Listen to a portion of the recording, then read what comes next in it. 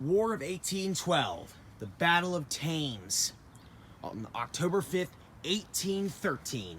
The battle in which the Native American chief Tecumseh was killed by William Henry Harrison's army.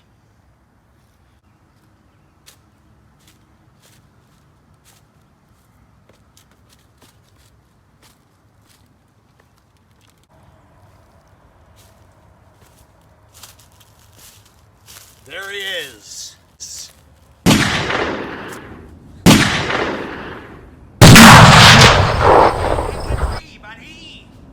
You can't catch me, Harrison!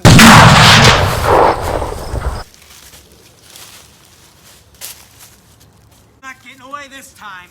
You're as good as dead.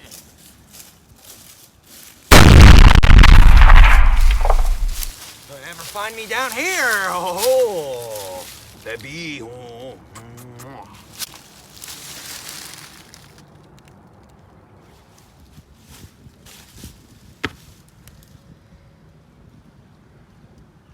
Gotcha now, Tecumseh!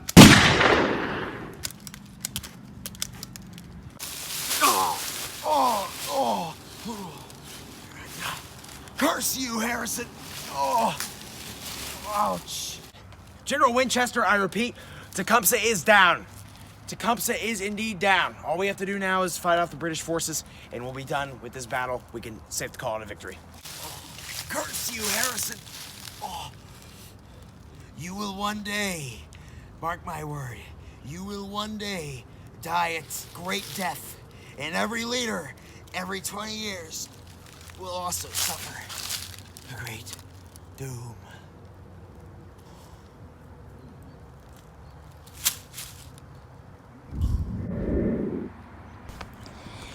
It was a cold and rainy day in Washington, D.C., on the 4th of March, 1841. General William Henry Harrison was about to become the 9th President of the United States.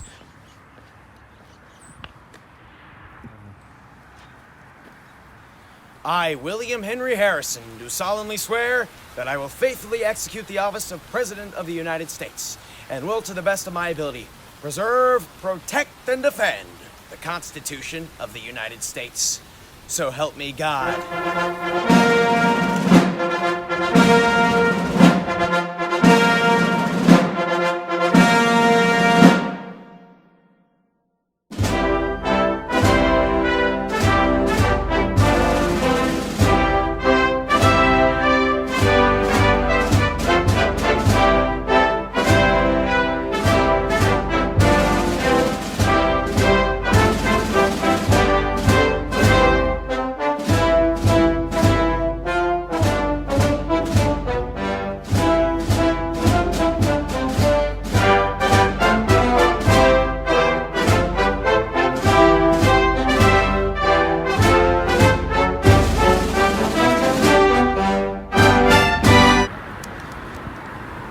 From a retirement which I had supposed was to continue for the residue of my life to fill the chief executive office of this great and free nation.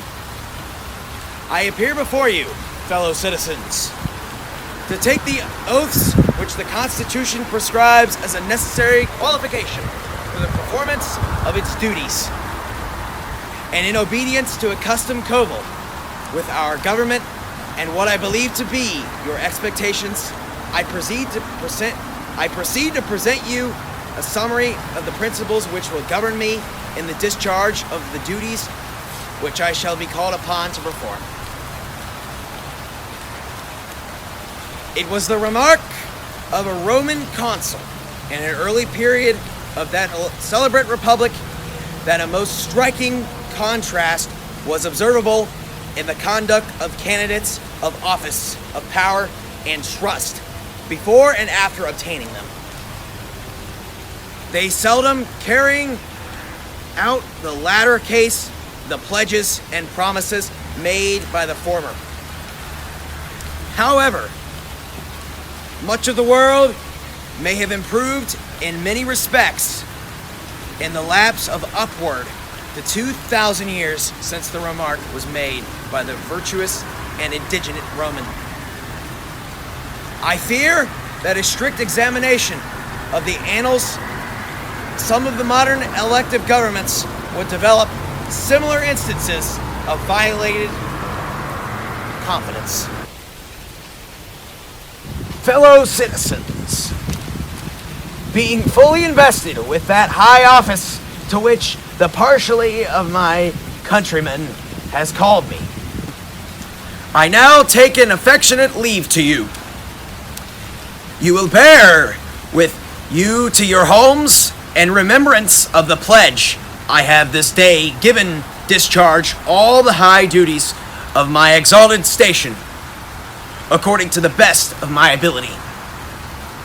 And I shall enter upon their performance with entire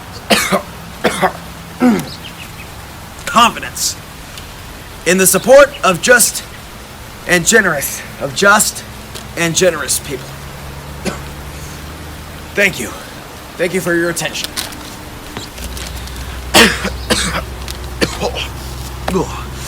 Excellent job, Mr. President. Mr. Clay, I am not feeling well. We need to get back to the White House fast before I might collapse.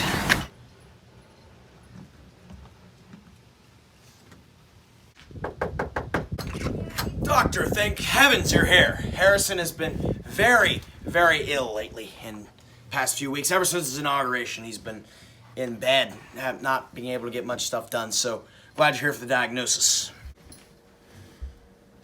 It would be my honor, Mr. Clay. Okay, Harrison has been, I have officially confirmed that he has pneumonia. However, before you panic, it is not fatal. It will not be fatal. He should recover within the next few weeks. There's no need to panic. The president will be just fine. Glad to hear the good news, Doctor. Achoo! Cool. Mr. Clay, come here. Achoo! Achoo! Achoo! Oh. Mr. Clay, I think my time has come. All I want to tell you is, I understand the true principles of government. I wish them carried out. I ask nothing more. All right, so what you just watched was the presidency of William Henry Harrison. And I am here in North Bend, Ohio, at the burial site of Harrison himself. Now, what's different from this video from other presidential burials I did is I'm not going to be screaming his name for smash, because I already did that. If you want to go check it out, here's a clip right now of me doing it. William Harrison for smash! Well, I want to talk to you guys about Harrison and about his life and some of the historical sites on these grounds right here in North Bend, because this is a very, very historic place. So let's go. Let's go check out the burial first. So as you can see up here, we have the site. This is, I'm not sure what this is, but this is, you got benches over here you can chill on. I don't feel like sitting down right now, but William Henry Harrison, 9th President of the United States of America. It shows a little quote from his inaugural address given on March 4th, 1841. The inaugural address that he got pneumonia on and died.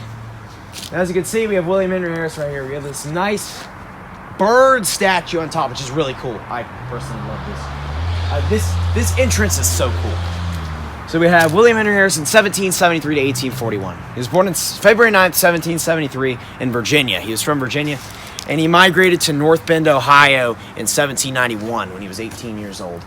Being the third son, the youngest son of three, well, he had sisters, but he was the youngest son, and basically, he didn't get anything.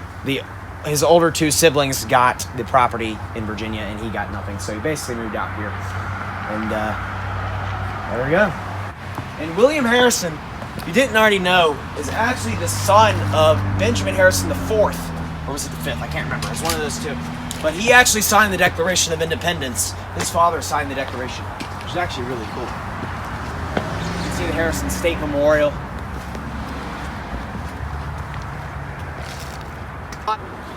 Now this is the spot of his burial right in here. I believe sometimes it's open up, but right now, currently, there's no way it's open right now. So you can see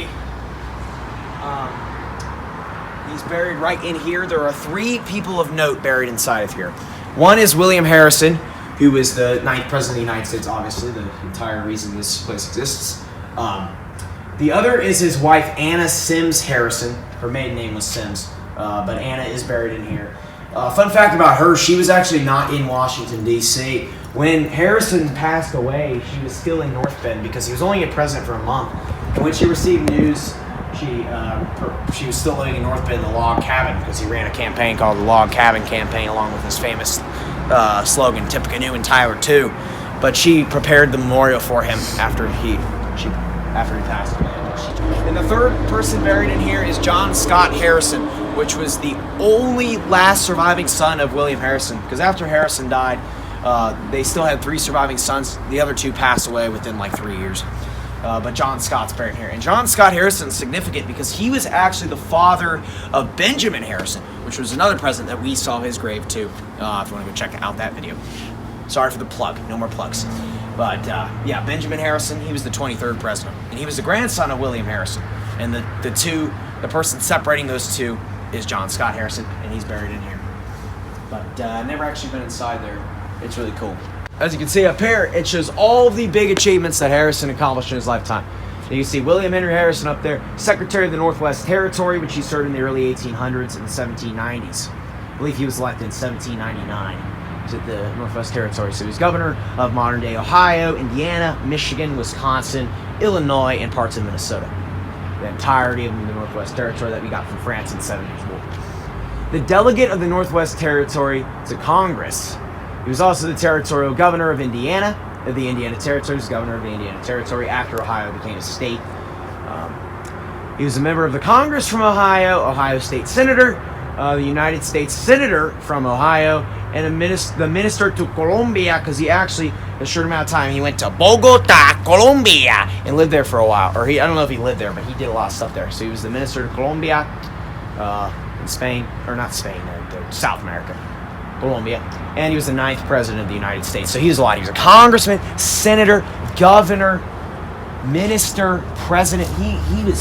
This was the man. He was also a general in the War of 1812, as you knew. He was at the famous Battle of Tippecanoe and Thames. So, last thing I want to show you guys is these signs over here, because they actually give really valuable information about Harrison that I want to talk about. So the first thing right here, it says, signing the Declaration of Independence. He was the son of Benjamin Harrison IV or 5th, I don't know which one it was, but he was one of the 56 signers of the Declaration of Independence in 1776. So he was born in Virginia, and the heat of the Revolutionary War. So he was born in 1773, a few years before the war broke out. And he was 3 years old when his father signed the document. And in the heat of the Revolutionary War, British forces attacked the home of Colonel Benjamin Harrison, who was the signer of the Declaration of Independence. The marauders torched furniture used for cattle target practice and stole slaves. So they basically completely robbed their house, their plantation in Virginia. Years later, Harrison's son, William Henry, would refer to himself as a child of the Revolution. In many ways, he upheld the values and continued the battle of the Revolutionary era. Foregoing to career as a doctor, William Henry Harrison chose to serve in the military. He achieved fame as an Indian fighter and led key victories against Great Britain, ending the ongoing conflict between the United States and its former parent nation. So he was also the last president that was born under British rule. So he was born in 1773. Of course, the last few years that Great Britain actually had were the rights over us. That's one of his. He has a lot of firsts and last. He holds a lot of records still to this day. I think it's still there. He's probably still there. But, as you can see, he was 18 years old in 1791 when he decided to he was sent on a long journey from Philadelphia to the untamed wilderness of Ohio and came out to North Bend, which was only 2 years old at the time, which is the town that we're in right now. And up there is Congress Green Cemetery, which is the cemetery that I believe, well, the property up here, this is where he met his wife, Anna. And Anna's father was John Sims, and he owned this entire property out here, and he's buried up there in that cemetery. Maiden name. So here's Tecumseh. This is the guy that we killed in the Battle of Thames. I'm not going to read this whole thing, but as you can see, this is the battle, the main battles fought in the War of 1812 that Harrison was at. You have Fort Meigs, I don't know how you say that. That one's not really important. It was fought in northwest Ohio. Then up here in northwest Indiana, you have Tippecanoe, which is actually fought up there, and which was in the Northwest Territory at the time. And then Thames is up here in Canada, which was the battle that we killed Tecumseh at. Tecumseh was killed at. This is his estate that he lived in Vincennes, Indiana, when he was the governor of the Indiana Territory. That's the house that he lived in. Looks like it's still there. As you can see, William Harrison is best known for his exploits surrounding the War of 1812. Surprisingly, events such as Tippecanoe and the Battle of Thames occurred a small portion of the man's career. Here, this is the election of 1840, which is the one that he won.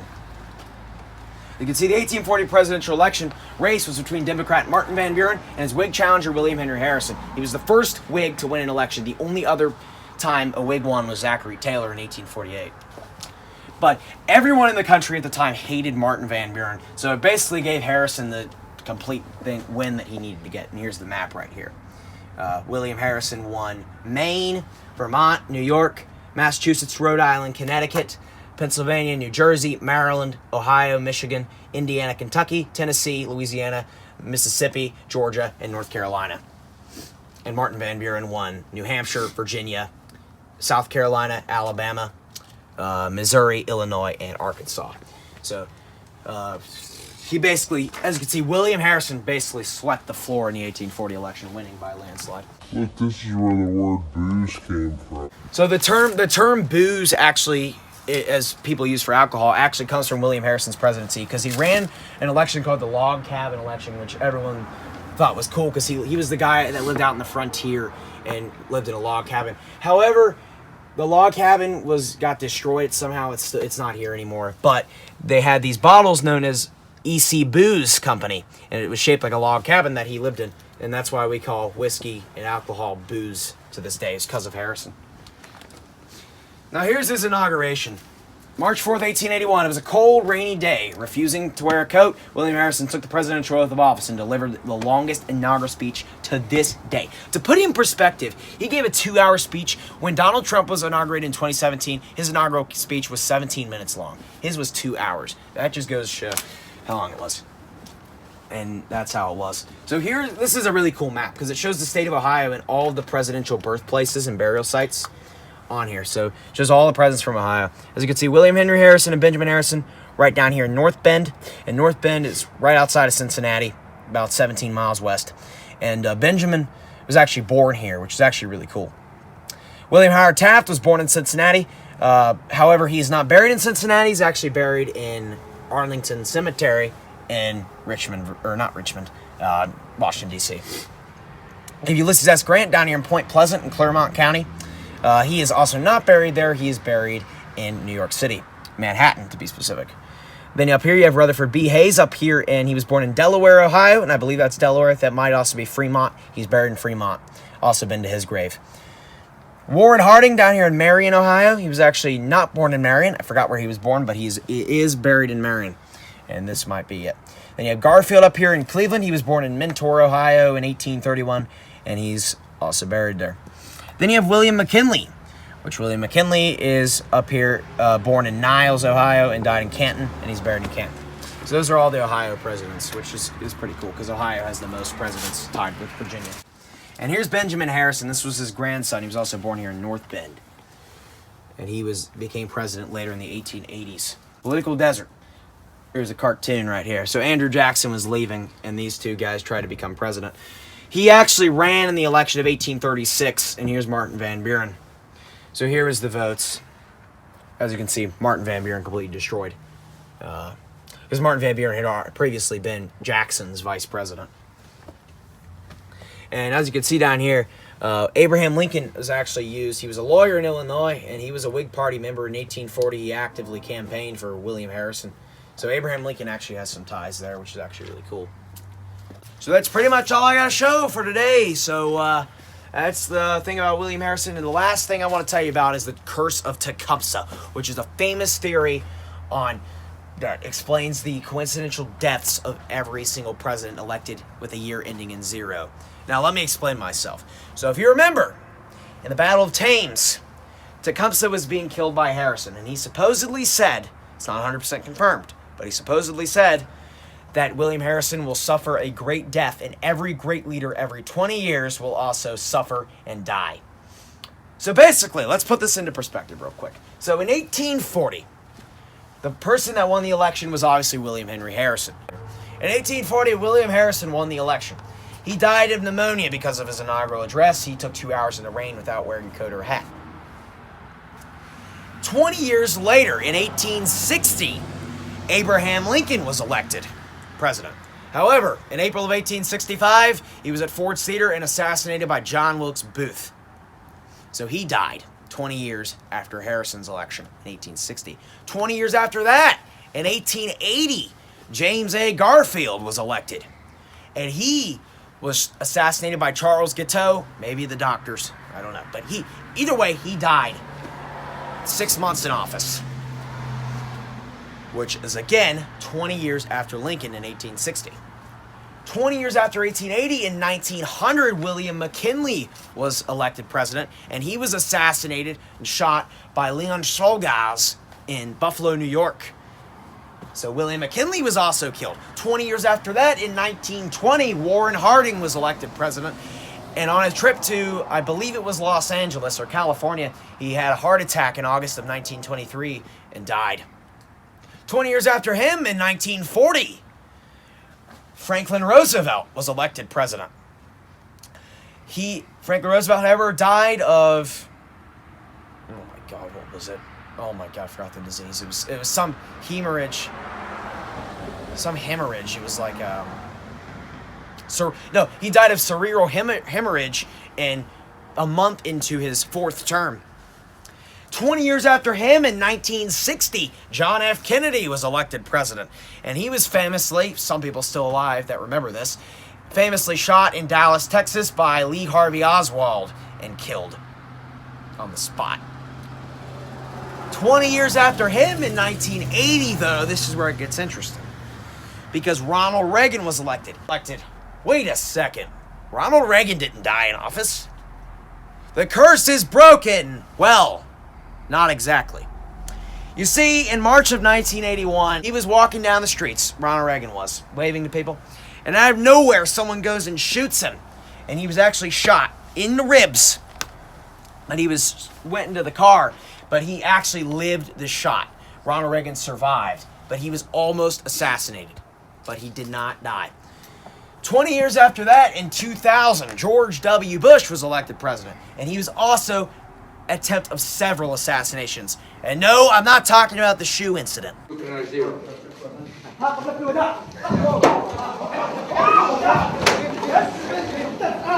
There was another time he was giving a speech out in a foreign country and someone threw a grenade at him. However, the grenade did not explode. If it would have exploded, it landed 2 feet away from him. If it would have exploded, it should have at the very least injured Bush, but everything went wrong and Bush lived another day. He's actually still alive to this day. 20 years after that, in 2020, Joe Biden was elected, and he is currently 79 years old. And he just became president less than a year ago, so anything can happen with Joe Biden. So, just saying, I might predict it. Just saying. Sorry, Joe, if you're watching this. That's the Curse of Tecumseh. So, apparently, all those presidents died was because William Harrison killed Tecumseh at Thames in 1813. So, with that long, historic video, thank you guys for watching. Be sure to comment, like, subscribe, and I'll see you guys next time. Goodbye. Whack.